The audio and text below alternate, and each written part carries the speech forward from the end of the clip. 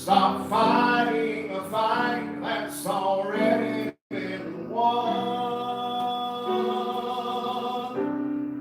I am redeemed. You set me free.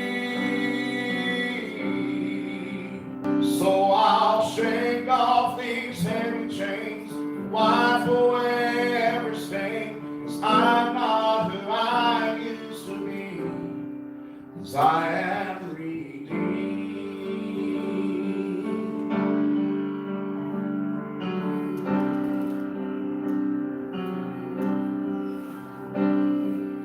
All my life I have been called unworthy, named by the voice of my shame and regret. But when I hear you whisper, child, lift up your head, I remember, oh God, you're not done with me yet. 'Cause I am redeemed. You set me free. So I'll shake off these heavy chains, wipe away every stain. 'Cause I'm not who I used to be. I don't have to be the old man inside of me, 'cause his days long dead and gone. Because I've got a new name, a new life, it's not the same, and a hope that will carry me home. 'Cause I am redeemed. You set me free. So I'll shake off these heavy chains, wipe away every stain. 'Cause I'm not who I used to be. Oh God, I'm not who I used to be. Jesus, I'm not who I used to be.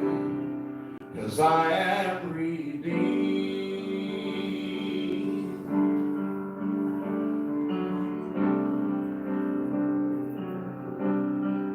Thank God, redeemed.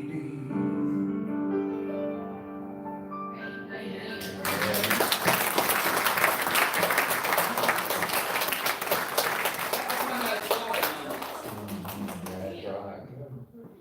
Yeah. Okay, well, we still have 2 wishes left. So thank you for ministering to us and reminding us. God bless you.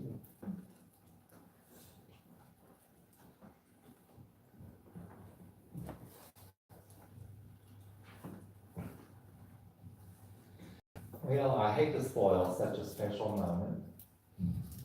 School's about to start, and it's time for a pop quiz. Y'all ready? Okay, get ready. I won't make you get paper and pen out. But I have some questions for you. The story of the prodigal is a familiar one, and so I want to ask you some questions and let you all answer the questions. The father had how many sons? 2. Okay. The youngest came to him, and what did he ask for? Okay, I think you all got that right. And did the father give it to him? Okay. What did he do with the money? I tell you. When he had burned through his money and was destitute, he came to his senses and decided to do what? Go home. Okay. Did the father welcome him? Yes. Well, what about the brother? No. And, we know that he was mad and fussing, but we just don't really know, do we? At least I had never figured that out. I hope that he was a good brother and everything there. Okay, so we'll compare our answers to what the scriptures have to say. Okay, in The Gospel of Luke in the 15th chapter, verses 11 through 32, has the part of the parable that Jesus gives.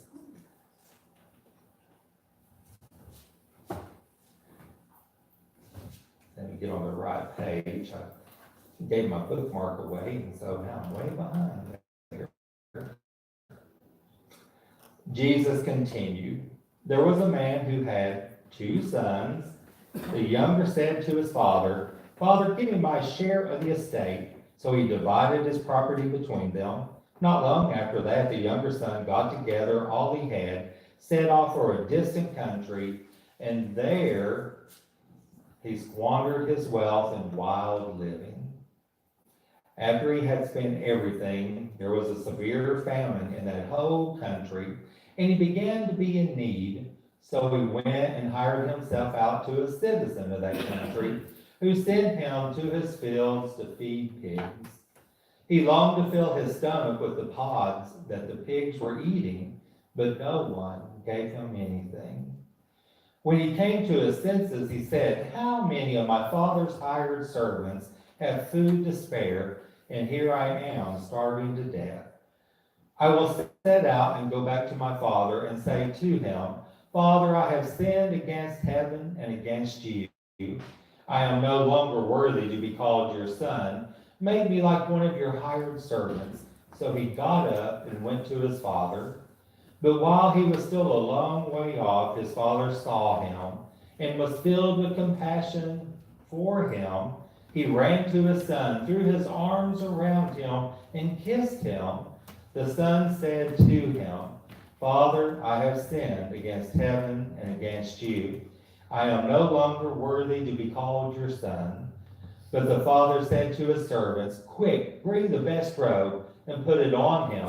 Put a ring on his fingers and sandals on his feet. Bring the fattened calf and kill it. Let's have a feast and celebrate.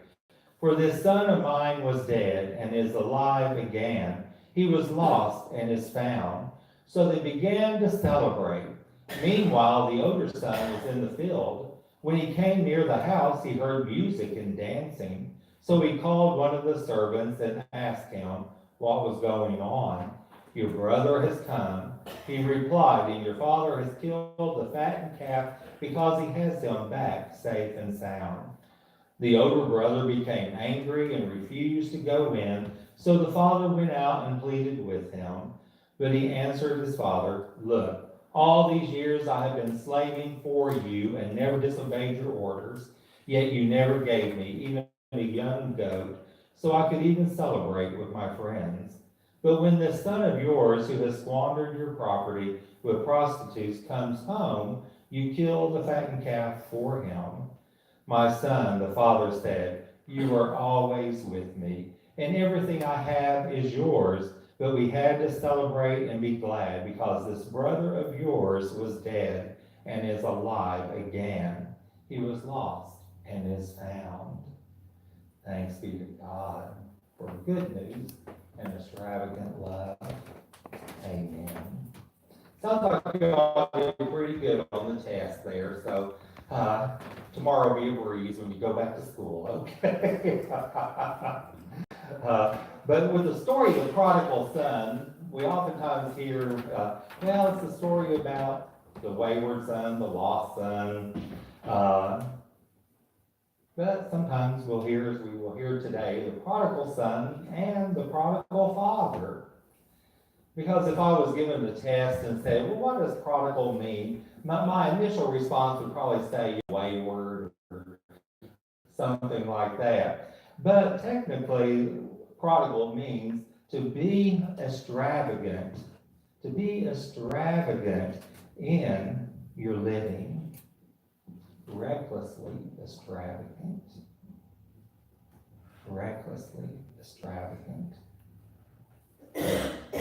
And so we think about that word extravagant.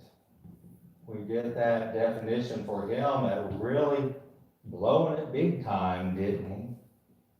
But also, we could even see that the Father's love was quite extravagant. One would even say reckless in his love, so willingly to give that love with no strings attached. and the acceptance of his son. And there's probably other prodigals in this parable as we read it. So I want to tell you another story that may help us further understand and illustrate it. This is about Jess, a farmer, an organic farmer.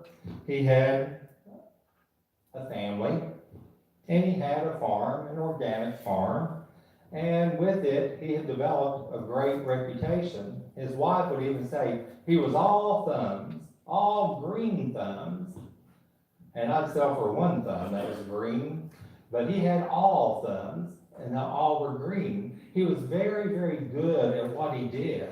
He was able to take a small patch in comparison to the other farmers around him, and through organic methods was able to produce such a wonderful crop and bounty that his reputation was great, that people wanted organic food in the grocery stores. They came to him. In the upper scale restaurants, they wanted to come to him to get their organic food.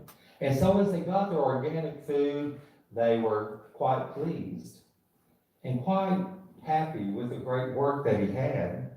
His farm was smaller in comparison with what he raised.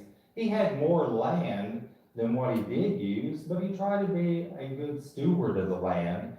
He kept it and let it lie fallow, let it build up, trying to maintain the harmony of the soil and to be a good steward of that soil. And so as he had taken care of the land, the property, and was able to make a good living, he enjoyed what he did. He loved farming, but he loved something more. He loved his family, he loved his kids, and he loved that time being a farmer that allowed him to go and visit with the kids in the tomato patch and the strawberry patch and all the other areas of the garden, trying to show them how God had blessed them, how God was at work in their lives. And he hoped that it would take root and produce a crop in their lives. One day, a knock came upon Jess's door. And it was the police, and they had a warrant. And they explained what they were there to search for, and so they scoured the land and found themselves in some of that unused land. And they had come back to the house holding a plant. Man, what do you think that plant was? Yeah, so it's not an unfamiliar story, is it? You know? And so Jess was arrested. He was taken to jail, blueprinted. No, what did I say, blueprint?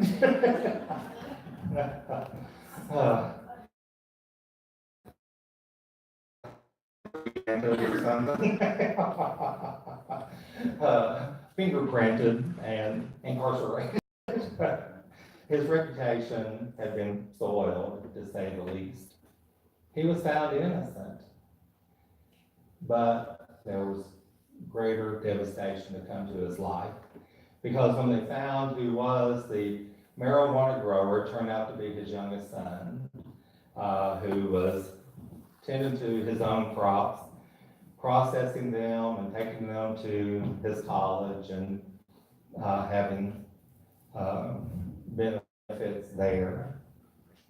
And because of the soiled reputation, he lost some contracts, and Jess also had to endure snickers and things like that when they would say, well, let's go out to the organic farm and get some fruits and vegetables. And so as they did that, life just got more difficult, because the younger son of Jess's became found guilty, sent to prison, and to make things worse, when Jess and his wife would go and visit, the son would not let them visit with them, and they would be sent away without a visit. This happened again and again and again, and finally Jess and his family decided to stop going, because it was a waste of time. But the day came that Jess's son got out of jail, And Jess had the vision of the bus coming by and the son getting off the bus and coming home. The bus never came, the son never came, and no word ever from the son for years and years and years. Until one day that the son found himself in the hospital fighting for his life, knowing that his life was a very grave situation, not much time, and probably never a chance to ever see his parents again, his father. He had sent word through the chaplain trying to get word to the father. The father quickly drove those 500 miles to the hospital and there embraced and loved his long-lost son.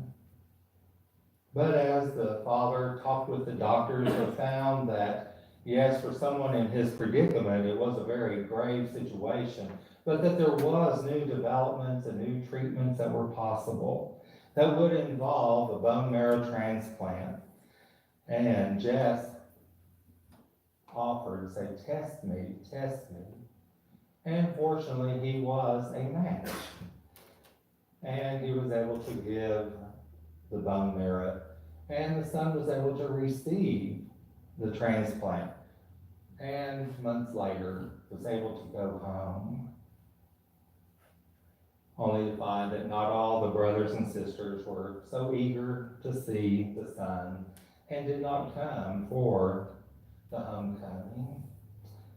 Like with the prodigal son, we don't know about the other brother. We don't know about the rest of the story here, but we do know that it involved love, a rejected love, but finally a love that surely had to be very mind-blowing to someone who didn't deserve the love.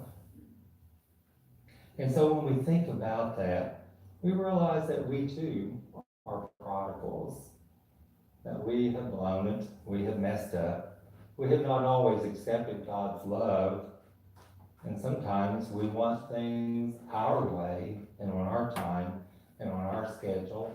And if you're like me, I have blown it more than once. But God's love is always extravagant. God's love is always there waiting for me, patiently in line. All the while, many times, I continue to grow things that are sinful and hurtful, but that God is still waiting for the chance for me to say, wow, this is a transformative love that God has. And what a perfect love it is. And that God is so willing to embrace us, to say, you are blessed, you are my son, you are my daughter, you are my child. And hopefully we can receive that and be transformed by that and sing, I am redeemed. And as we are, to know we have that kind of Heavenly Father. We have that kind of Savior in Jesus Christ, who was willing to suffer for us. And we will be watching and seeing and affirming that love as we continue our walk toward Good Friday, toward Easter Sunday. We get to see the victory that is His, that is ours, all because of a prodigal love, an extravagant love that God has for each and every one of us. And if you are one, like I am one, who has people that are saying, come home, to know that God is still at work in all of our lives, in all of our lives. And may we truly be able to rejoice that which is lost has been found. And may we truly have a great celebration and know that God's love has been transformative. God's love has changed us, changed our prodigal one, our wayward one, that one, us one.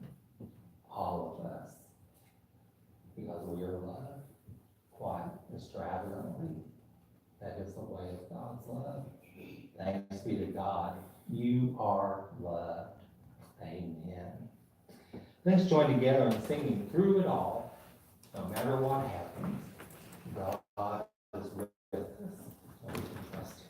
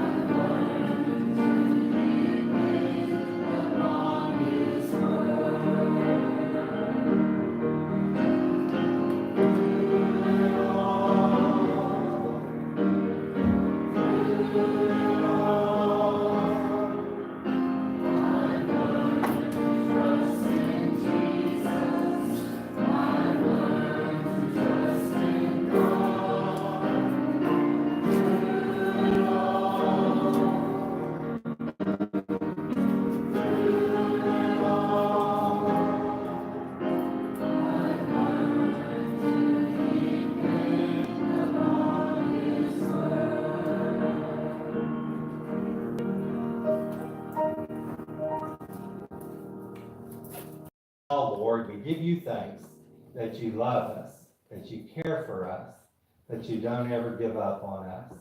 Help us to trust in you always. You love us. Amen.